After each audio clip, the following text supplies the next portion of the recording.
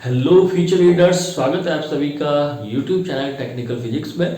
तो स्टूडेंट्स, आज की ये वीडियो इंपॉर्टेंट क्वेश्चंस के ऊपर है। क्वांटम फिजिक्स या मॉडर्न फिजिक्स आपके सिलेबस में जो दिया गया है उसमें कौन कौन से क्वेश्चंस इंपॉर्टेंट हैं जो सबसे पहले आपको तैयार करने हैं, वो मैंने सीक्वेंस वाइज इसमें बताया है। तो एक चीज़ और बताना चाहूँगा कि जो अदर यूनिवर्सिटी के स्टूडेंट्स हैं वो उसमें से चेक कर लें अपने सिलेबस में से कि कौन कौन से टॉपिक्स आपके यहाँ पे दिए गए हैं, उनमें से इंपॉर्टेंट क्वेश्चन यहाँ पे हो सकते हैं। तो स्ट्रिक्टली ये वाला जो वीडियो है वो एक टीम के सिलेबस को ध्यान में रख करके बनाया गया है। अदर यूनिवर्सिटी के स्टूडेंट्स जो प्लेलिस्ट है हमारे क्वांटम फिजिक्स की, उसमें जाकर के देख सकते हैं। अदर यूनिवर्सिटी के हिसाब से उनको इंपॉर्टेंट क्वेश्चन वहाँ पे मिल जाएंगे। तो चलिए आइए देख लेते हैं कि कौन कौन से क्वेश्चन इंपॉर्टेंट हैं। सो स्टूडेंट्स, जो पहला टॉपिक सबसे मोस्ट इम्पॉर्टेंट क्वांटम फिजिक्स अगर आप तैयार कर रहे हैं तो वो है श्रोडिंजर्स वेव इक्वेशंस। तो स्टूडेंट एकेटीव में किस तरीके से क्वेश्चन पूछा जाता है, derive time independent and time dependent Schrodinger's wave equations for a particle wave. इस क्वेश्चन को स्टूडेंट्स इस तरीके से भी पूछा सकता है, derive Schrodinger's time independent and time dependent wave equation of matter waves, give the physical significance of wave function. Students, ये क्वेश्चंस अगर आप क्वांटम फिजिक्स तैयार कर रहे हैं तो जरूर आपको तैयार करना है, और सबसे पहले नंबर पे मैंने इसको रखा है ताकि आप लोग सबसे पहले इसी क्वेश्चन को तैयार करें। तो नेक्स्ट जो सेकंड मोस्ट है इस यूनिट से वो है particle in one dimensional box topic से। स्टूडेंट, इस टॉपिक से जो क्वेश्चंस हैं वो कुछ कई सारे मतलब क्वेश्चंस बन सकते हैं। तो वो क्या क्या हैं, जैसे कि find an expression for the energy state of a particle in one dimensional square well potential. या ये क्वेश्चन पूछा सकता है students, derive the energy eigenvalues and normalised wave functions for a particle in one dimensional infinite square well potential of width L.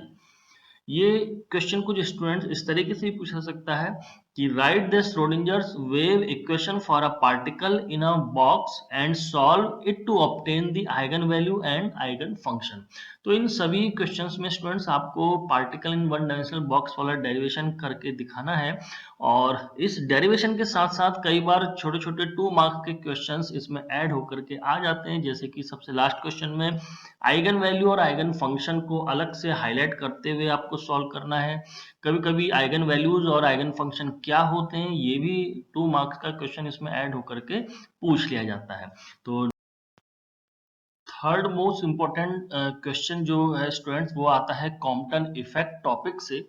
और इस Compton effect topic में बहुत सारे कॉम्बिनेशन ऑफ क्वेश्चंस बन सकते हैं, जो कि मेन डेरिवेशन है कॉम्पटन इफेक्ट के साथ साथ छोटे छोटे 2 मार्क्स के क्वेश्चंस का। तो वो क्वेश्चंस क्या हैं, describe Compton effect and derive an expression for the Compton shift, why Compton shift is not observe with visible light. तो स्टूडेंट्स, इन सारे क्वेश्चंस के आंसर्स ऑलरेडी हम अपने चैनल टेक्निकल फिजिक्स में एक्सप्लेन कर चुके हैं। अगर आपने नहीं देखे हैं तो इसकी प्लेलिस्ट बनी हुई है क्वांटम फिजिक्स नाम से, तो आप उसको चेक कर सकते हैं। अगला इसी में पूछा जाने वाला क्वेश्चन है जो कि कॉम्पटन इफेक्ट के लिए, explain Compton effect and show that Compton shift depends only on the angle of scattering and is independent of the wavelength of the incident photon.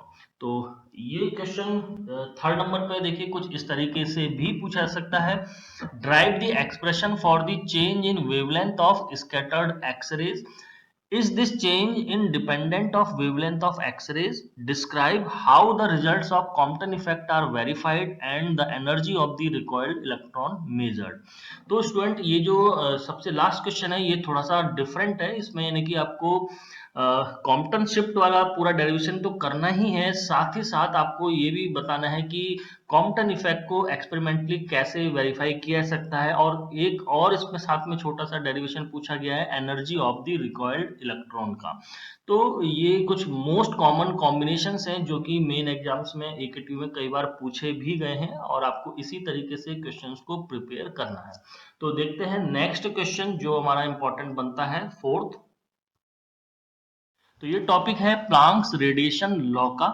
तो स्टूडेंट्स, मॉडर्न फिजिक्स या quantum physics जो AKTU का syllabus है इसमें Planck's radiation law काफी important topic है। तो इसमें जो क्वेश्चन बनता है वो इसका डेरिवेशन का है। तो मोस्ट इंपॉर्टेंट क्वेश्चन सबसे ऊपर वाला ही है, drive and explain Planck's law of radiation. How does it explain Wien's displacement law and Rayleigh-Jeans law? So students, आपके लिए बता दूं कि ये 2 मार्क्स में भी काफी इंपॉर्टेंट क्वेश्चन है। Wien's displacement law या Rayleigh-Jeans law इंडिविजुअली काफी बार पूछा गया हुआ है। तो आपको इसमें Planck's law of radiation का डेरिवेशन देना है और साथ ही साथ बहुत शॉर्ट उसमें आपको कन्वर्ट करके दिखाना है कि how we can obtain Wien's displacement law and Rayleigh-Jeans law using the Planck's law of radiation। और इसी को अलग से भी क्वेश्चन एग्जाम में पूछा जा सकता है और ये 3 कॉम्बिनेशन इसके बन सकते हैं जो कि मैंने नीचे लिखे हुए हैं। तो पहला कॉम्बिनेशन जो है वो ऐसा आ सकता है, deduce Wien's displacement law from Planck's radiation formula। तो इसमें आपको कंप्लीट स्टेप्स आपको दिखाने होंगे जो कि इसके डेरिवेशन में हम लोग करते हैं, प्लांक रेडिएशन लॉ से वीन्स डिस्प्लेसमेंट लॉ को अचीव करेंगे। सिमिलरली ये क्वेश्चन रिले जीन्स लॉ के लिए भी पूछा सकता है, deduce Rayleigh Jeans law from Planck's radiation formula, और सेम ऐसे ही deduce Stefan Boltzmann law from Planck's radiation formula. तो स्टूडेंट्स ये तीनों क्वेश्चंस लास्ट के जो है ये भी आपको प्रिपेयर करने हैं अगर आप 100% मार्क्स के लिए पढ़ रहे हैं एग्जाम में। तो बढ़ते हैं नेक्स्ट क्वेश्चन की तरफ जो कि 5th नंबर का है। तो ये टॉपिक है स्टूडेंट्स ब्लैक बॉडी रेडिएशन के लिए। तो काफी पूछा जाता है, what is black body radiation, discuss energy distribution in the spectrum of a black body radiation. तो स्टूडेंट्स आप सभी को 2 मार्क्स के लिए पढ़ के रखना है और वाइवा में भी काफी पूछा जाता है कि ब्लैक बॉडी क्या होती है, परफेक्ट बॉडी पॉसिबल है बनाना या नहीं पॉसिबल है। कुछ इस तरह के क्वेश्चन काफी बार एग्जामिनर्स वाइवा में भी प्रैक्टिकल के आपसे पूछते हैं। तो इसमें आपको एनर्जी डिस्ट्रीब्यूशन कर्व जो है पूरा स्पेक्ट्रम समझाना रहेगा ब्लैक बॉडी रेडिएशन को एक्सप्लेन करने के लिए। स्टूडेंट्स ये क्वेश्चन कुछ इस तरीके से भी पूछा जा सकता है और जिसमें साथ में 2 मार्क्स का क्वेश्चन भी ऐड होके आ सकता है, वो है describe the distribution of energy in the spectrum of black body radiation and discuss the success and failure of classical theory in explaining the distribution।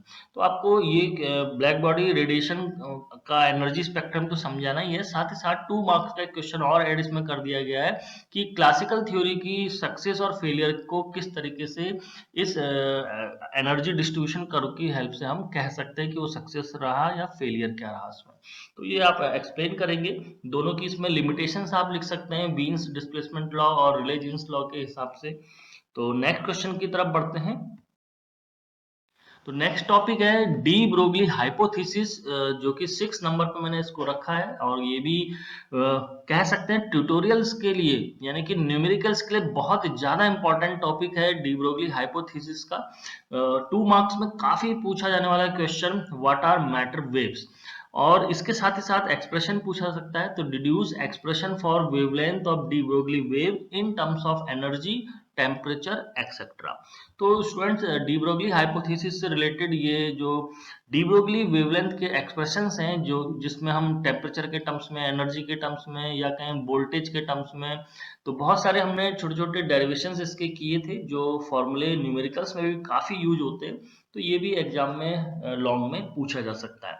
तो एक चीज और बता दूं, जो अदर यूनिवर्सिटी के स्टूडेंट्स इस वीडियो को देख रहे हैं, तो अगर आपके यूनिवर्सिटी में सेम टॉपिक है तो क्वेश्चन सेम यही ही रहेंगे, और लेकिन अगर आप एकेटीयू से हैं तो यहाँ तक ही हमारा मेन सिलेबस या कह सकते हैं कि मेन इंपॉर्टेंट क्वेश्चंस मैंने रखे हैं।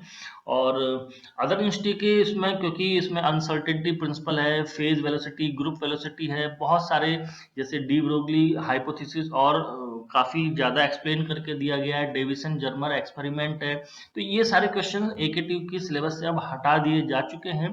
तो इसलिए जो हमारा सिलेबस है काफी कन्फाइंड है यहाँ पर और लिमिटेड क्वेश्चंस को पढ़ करके आप ज्यादा से ज्यादा मार्क्स अचीव कर सकते हैं।